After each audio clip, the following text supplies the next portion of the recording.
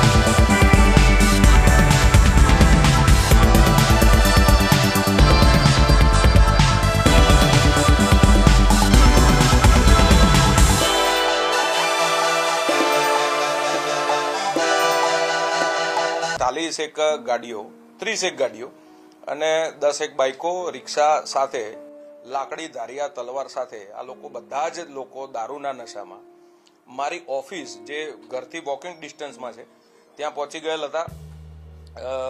તોડફોડ કરવાનો પ્રયત્ન કરેલ, મને જાનથી મારી નાખવાનો પ્રયત્ન કરેલ। આજથી 4 વર્ષ પહેલા એમના ઘર તરફથી કોઈનો મારામાં મેસેજ આવ્યો।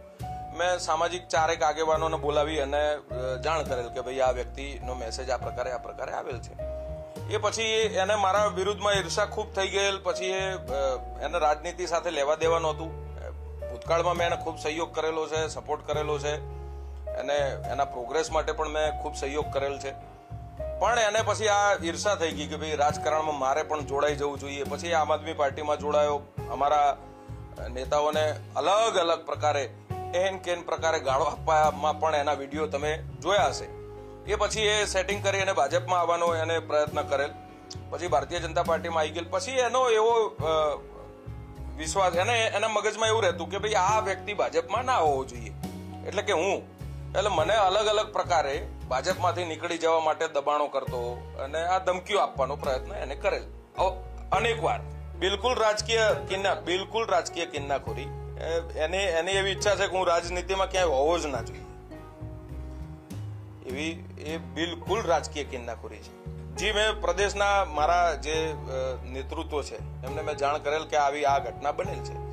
પ્રદેશ નેતાએ મને વિશ્વાસ અપાયો કે ભાઈ તમે ચિંતા કરશો નહીં અને ફરિયાદ નોંધાવો. મેં ફરિયાદ નોંધાવી.